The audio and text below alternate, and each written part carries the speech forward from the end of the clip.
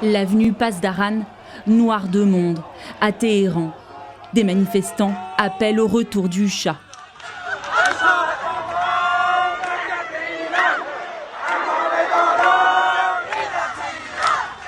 Un peu plus loin, un portrait de Reza Pahlavi est brandi. Le fils de l'ancien Shah a lancé vendredi un appel aux Iraniens. Notre objectif n'est plus seulement de manifester dans la rue, mais de se préparer à s'emparer des centres-villes et à les contrôler. Si son nom est entendu dans les cortèges, difficile d'évaluer la popularité réelle de cette figure de l'opposition. Les autorités ont coupé Internet dans tout le pays. Les images n'arrivent que par bribes.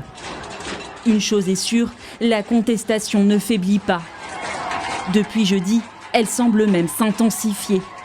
Ici, toujours à Téhéran, une mosquée en feu. Là, les protestataires ont incendié un bâtiment du gouvernement. La révolte a atteint plusieurs autres villes du pays. Mashhad, Ispahan, Tabriz. Fragilisé depuis la guerre de cet été, le régime peut-il tomber? À l'étranger, les Iraniens de la diaspora sont suspendus au moindre signe de fébrilité. Le régime est fébrile et il est fébrile maintenant depuis plusieurs semaines au moins. Il va se battre jusqu'au bout, c'est certain.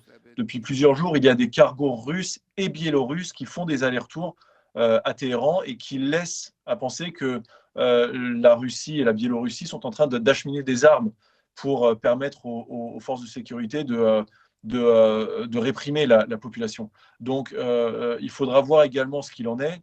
En tout cas, on est à la fois plein d'espoir, mais aussi très préoccupé naturellement par la situation. Des informations difficiles à vérifier dans l'immédiat. Jeudi et vendredi, la police aurait tiré à balles réelles sur des manifestants dans plusieurs villes. Ces 2 dernières semaines, au moins 65 personnes ont été tuées et plus de 2300 arrêtées, selon l'agence Human Rights Activist.